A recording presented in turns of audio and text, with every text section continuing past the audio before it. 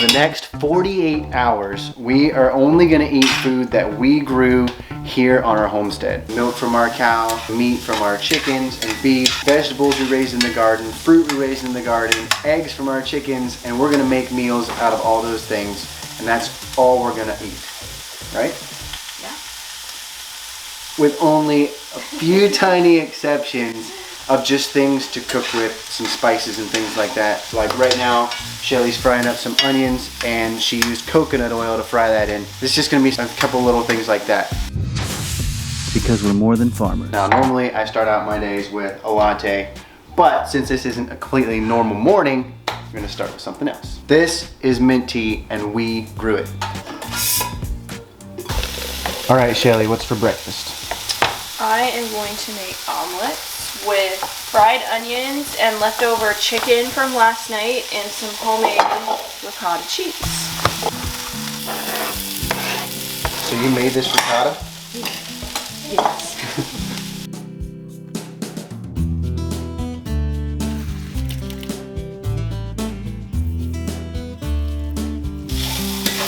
And it has basil from the garden. That's good.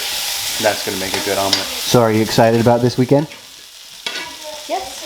All except for not being able to have black tea and coffee. We do pastured eggs, but obviously right now in the winter they're not on pasture. They're in a hoop house with deep bedding and they get non-GMO feed. They're still really nice and yellow though.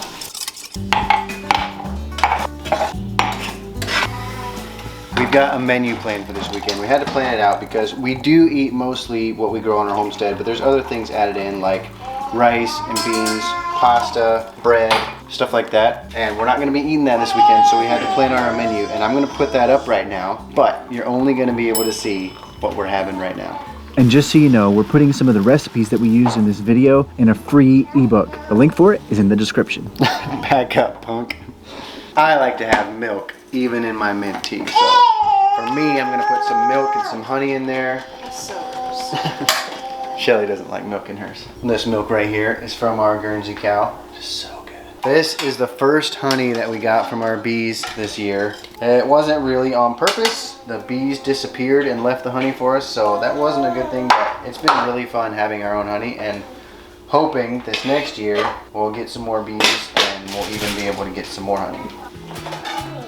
This is really good. It's not as good as my latte, but it's good.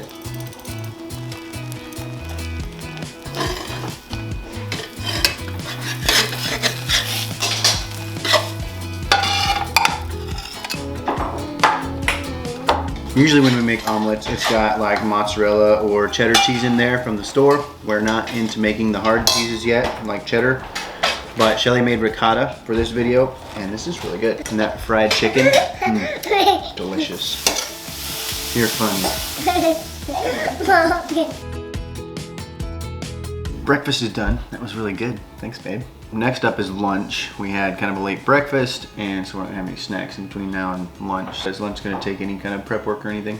No, I'm just gonna make a fruit smoothie and some potato cakes from leftover mashed potatoes that we had last night. All right, that sounds good.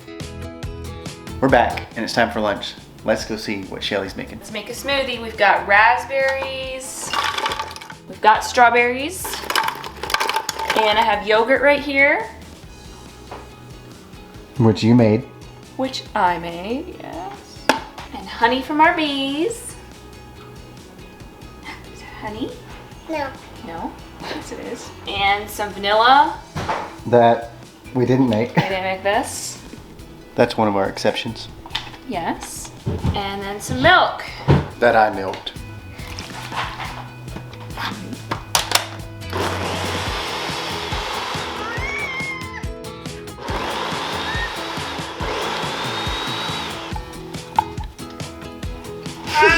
No.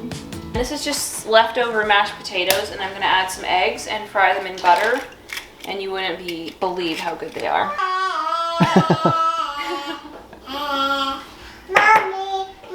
Just a minute. You want smoothie? Yeah. Also gonna add some salt and pepper.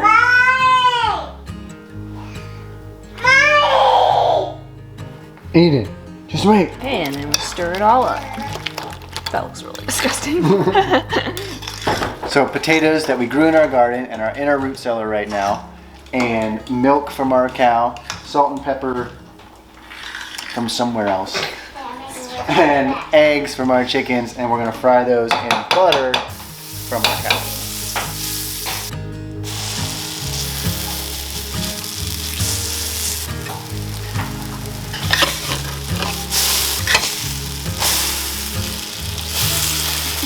Nice. I'm gonna head down to the basement and get some barbecue sauce. Yes, we raised the tomatoes for the barbecue sauce and made the barbecue sauce. So we're gonna put that on our potato cakes. Okay, barbecue sauce right here. Good smoothie. All right. Nice balance of tart and sweet. What do you guys think? Good, good. I know it's gonna be good. It's a nice, like, light lunch thing. Real quick, real easy.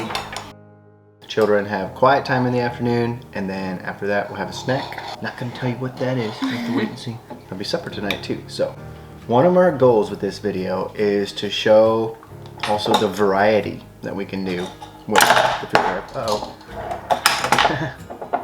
Show you the variety that we can do with the food that we have, and not just have the same thing over and over, because obviously you could just eat chicken and potatoes at every meal, but we want to do some different stuff. So let's see what's next. So weird. So good. It's like the best thing I ever tasted. Kids' quiet time is done. I got some work done while they were having their quiet time, and now it's time for a snack. Often it's fruit or something, but since we didn't grow any apples or oranges on our homestead, we're gonna make some chocolate milk instead, which I like better anyways. So we need milk, honey, cocoa, and my secret ingredient, raw eggs. Okay, we're gonna start by putting some milk in this quart jar. We're actually gonna make half a gallon of chocolate milk, but I find it easier to make it with a quart jar with the stick blender. All right, you wanna put 2 heaping tablespoons of cocoa in there. Now, I know cocoa is something that we did not grow on our homestead, but we decided that's gonna be one of the exceptions. The main part of what we're actually consuming here is going to be the milk, the egg, and the honey. The reason I add this egg in here is to add some extra protein, and also I think it gives it a nice, fuller, richer chocolate milk. And you don't taste it. It doesn't taste nasty or anything. This stick blender is awesome. Highly recommend one of these in your kitchen. I made it too full.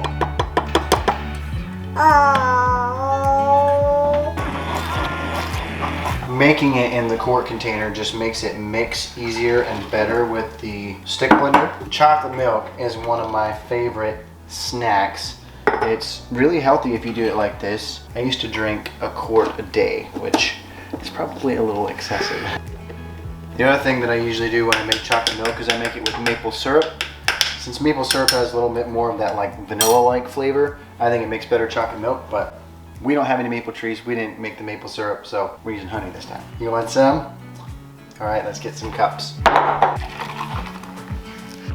So I was thinking about after we drink our chocolate milk, I want to go outside and cut down the asparagus. You guys want to come out there with me?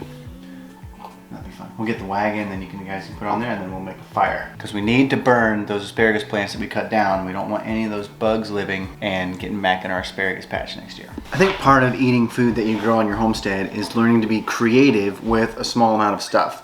So even though most of the time we're not eating only things that we grow in our homestead, that is the bigger portion of what we eat. And that's part of the point of having a homestead, is to grow food that you want to eat. And to make it more efficient and more smooth and streamlined, we don't grow as many different varieties and kinds of things as maybe some people do, because the more different things you grow, the more work it's going to be and the more stressful it's going to be. The bigger reason why we homestead beyond the food is for our family. And so growing so much stuff that it stresses you out and takes you away from your family and stuff is not worth it to us. Sticking with those simple ingredients and making it into something good is a real art, and Michelle has gotten really good at it, and I'm so thankful for that, because if I was to be honest, so many people that make healthy food, it's really not all that great. Let's go cut it down.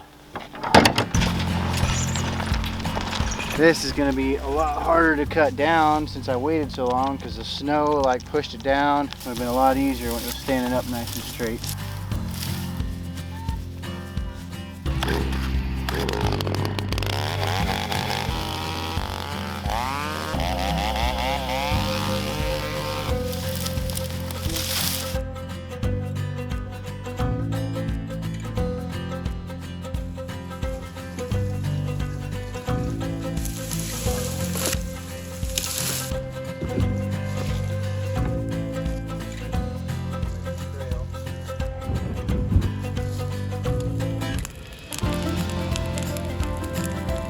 Everything's really wet around here right now, so I wasn't worried about the fire spreading in the grass or anything like that.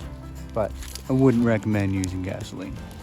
Anyways, I am really disappointed in myself for waiting this long to cut down the asparagus, but at least it's done now. And I can check that off my list of things to get done before spring. So now I need to get this stuff put away and we'll go inside and see what Michelle is making for supper.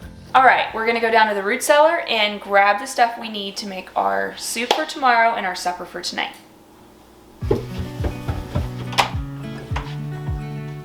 All right, I'm gonna need potatoes for the soup, and then I'm going to need sweet potatoes for tonight, and a couple onions.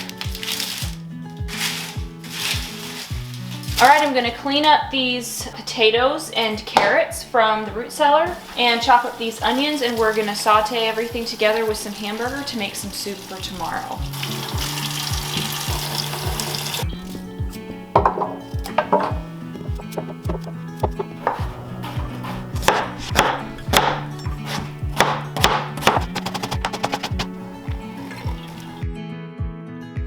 Okay, we just finished up our asparagus adventures. What are you making for supper? I'm making steak and sweet potatoes. I'm going to put olive oil and salt on these and stick them in the oven. And then roasted broccoli. That sounds good. I'm gonna put a little bit of water in the bottom of this and put tin foil over it, and it'll get nice and steamy and they'll get nice and soft. And we'll eat them with butter and salt. Ooh, steamy. I'm going to season these steaks next just with salt and pepper and thyme. That's my favorite seasoning for steaks. Okay, I'm just gonna let these sit for a while, and I'm going to make our raspberry crisp now. You're gonna have to give everybody a little bit of a disclaimer about our raspberry crisp. So we wanted to show you guys how we use our raspberry pie filling. And in order to do that, you can't just really eat raspberry pie filling out of the jar. I mean, I could. Yeah, but we're gonna make a crisp with it, and it does take some flour and sugar, which is technically not something we grew. But because we wanted to use the raspberry pie filling, we decided to use some flour and sugar. Is that yummy? Last time I did a crisp, all the crumbs sank. I don't know why. These are grass-fed rib steaks, and I'm going to sear them on both sides for about 4 minutes on each side, and then I'm going to put them in the oven at a high temp, like 400, and bake them yet for about 5 minutes, and then let them rest for another 10 minutes, and then I like to slice them up so that the kids can eat them better. Broccoli from our garden.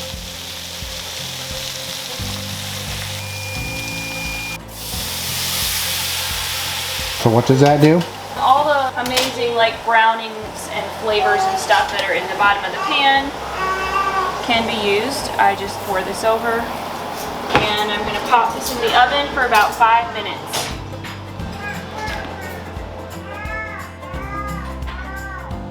My crisp is sinking.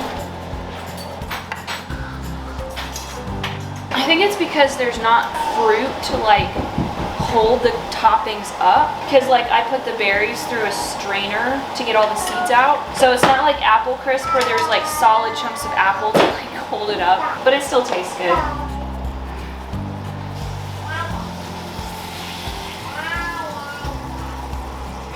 Now that looks yummy. I'm going to let the steaks rest for a little bit, and the sweet potatoes are just about done. I'm going to skim cream for whipped cream to go on top of our cobbler. When you're making whipped cream, you want to for sure only get the cream on top. If you mix in any of the skim milk underneath, your whipped cream will not firm up the way it should. I'm going to set this in the freezer for about 10 minutes. That, for some reason, makes it whip up way better. Food's all made, everything from our farm. It's gonna be delicious.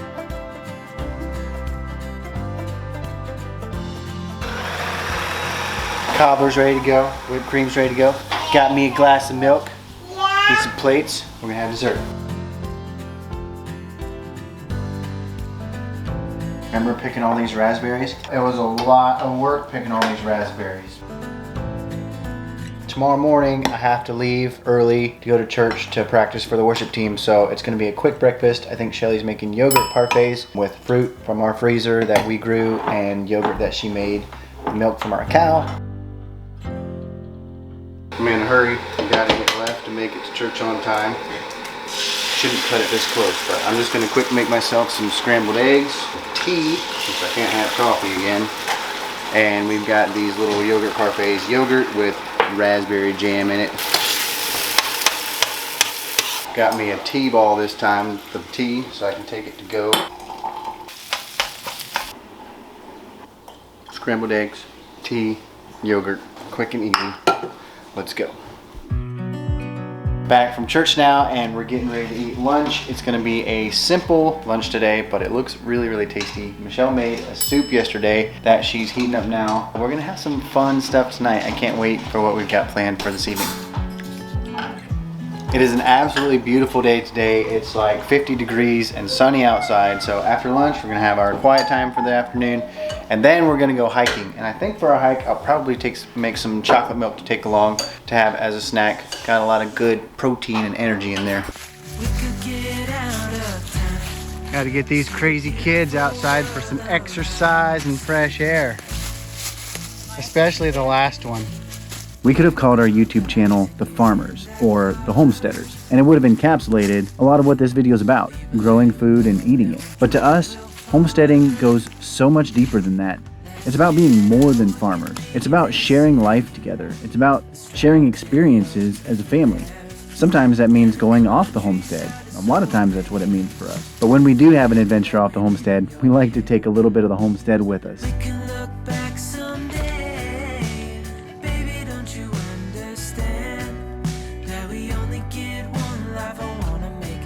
We're about half an hour from home, so we'll drink the chocolate milk, and then by the time we get home, we'll probably be ready for another snack. It's gonna be a good one tonight. Should I make vanilla or chocolate? We'll do a compromise. So we're doing chocolate ice cream. We'll do vanilla ice cream with chocolate syrup. And then what else are we gonna have to go along with it? We're gonna have popcorn and then leftover soup from lunch. Okay, I put my eggs in here and just a pinch of salt and vanilla and honey. Golden goodness. And then fresh cream. White goodness.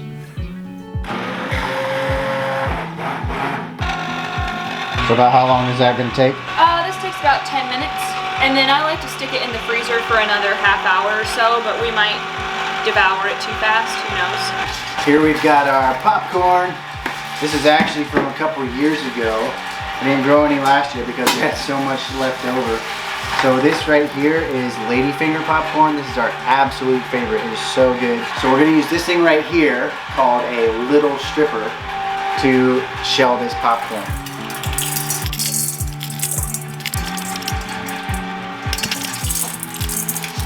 Shelly's got chocolate syrup going on here. Tell us exactly how you make this, because I'm sure everybody is gonna wanna make this chocolate syrup. So this is butter and honey and cocoa, a little bit of salt, and a little bit of vanilla. And you just stir this together until it's all melted, and it's delicious on ice cream. There's a lot of extra like just flakies and stuff in there, and we're just gonna quick get those out of there. If you go somewhere where there's a little breeze and just dump it, all of the little flakies fly away. This hand crank thing works great. Just works on the stovetop. Got a little bit of oil down in there. Pour our popcorn in. Keep it going just a little bit. And then once it starts popping, you really got to keep it moving or it will burn really fast. This is a Whirly Pop popcorn popper. And to make it easy for you to find, I'll drop a link in the description. Just click on that and it'll take you right to one. You can get one because they're awesome. And you can grow your own popcorn. How cool is that?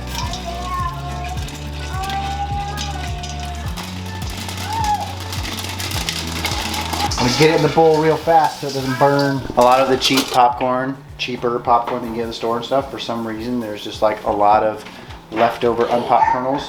When we do popcorn with this stuff, there's barely any in there. So what are you putting on there? Salt and smoked paprika. I love smoked paprika on my popcorn. And absolutely no fake butter. That stuff is so disgusting.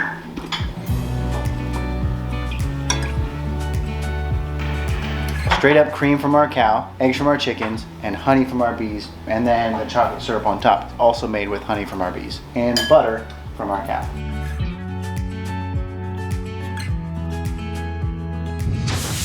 Because we're more than farmers. Still not as good as a latte. And does that look yummy? Wet. Here's our popcorn kernels. Oops.